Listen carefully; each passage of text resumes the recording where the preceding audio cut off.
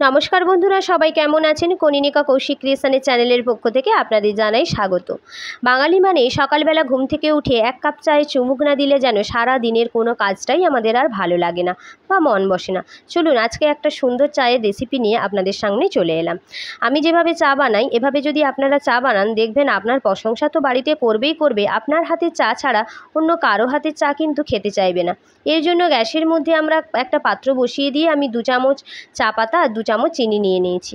আমি এখানে 2 কাপ চা করব, তাই 2 চামচ চা পাতা আর 2 চামচ চিনি নিয়েছি। আপনারা যেমন চায়ের পরিমাণ করবেন তেমন চা পাতা চিনিটা বাড়িয়ে কমিয়ে নেবেন। এবার এটাকে ভালো করে ক্যারামেল করে নিতে হবে। এই অবস্থায় কিন্তু গ্যাসের ফ্লেমটা লোতে রেখে ক্যারামেল করতে হবে। আর ক্যারামেল করার সময় আপনাদের খেয়াল রাখতে হবে এতে কিন্তু এক ফোঁটাও জল দেওয়া যাবে না। জল দেওয়া যেমন যাবে না, তেমন কিন্তু এই চামচ দিয়ে চা পাতা আর চিনিটাকে নাড়াও বন্ধ করা যাবে না। যদি নাড়ানো আপনারা বন্ধ করে দেন তাহলে কিন্তু এটা দলা পাকিয়ে যাবে আর তেতো লেগে যেতে পারে বা ছুঁয়ে যেতে পারে, তখন কিন্তু এটা খেতে ভালো লাগবে না। এভাবে কিন্তু একটু সময় নিয়ে আপনারা ক্যারামেল করে নেবেন। কিছুক্ষণ পরে দেখবেন একেবারে এরকমভাবে ক্যারামেল হয়ে গেছে। তখন কিন্তু এখানে আপনাদের দিয়ে দিতে হবে দুধ। এখানে আপনারা লিকুইড দুধ বা গুঁড়ো দুধ যেটা ইচ্ছা ব্যবহার করতে পারেন। লিকুইড দুধ ব্যবহার করলে আগে থেকে গরম করে নেবেন, আর গুঁড়ো দুধ ব্যবহার করলে আগে থেকে সেটাকে গুলে রাখবেন। এবার কিছুক্ষণ পর এখানে দিয়ে দিতে হবে দুধ। আমি এখানে 2 কাপ চায়ের জন্য 2.5 কাপ দুধ দিলাম। দেওয়ার পর ভালো করে এটাকে গুলে নিতে হবে। দুধটাকে কিন্তু ঘন করে মেরে নিতে হবে। 2 কাপ চায়ের জন্য এই জন্য আমি 2.5 কাপ দুধ নিয়েছিলাম। হাফ কাপ দুধ কিন্তু এটা ফুটে ফুটে একদম মানে সুন্দরভাবে গাঢ় হয়ে ফোটাতে হবে।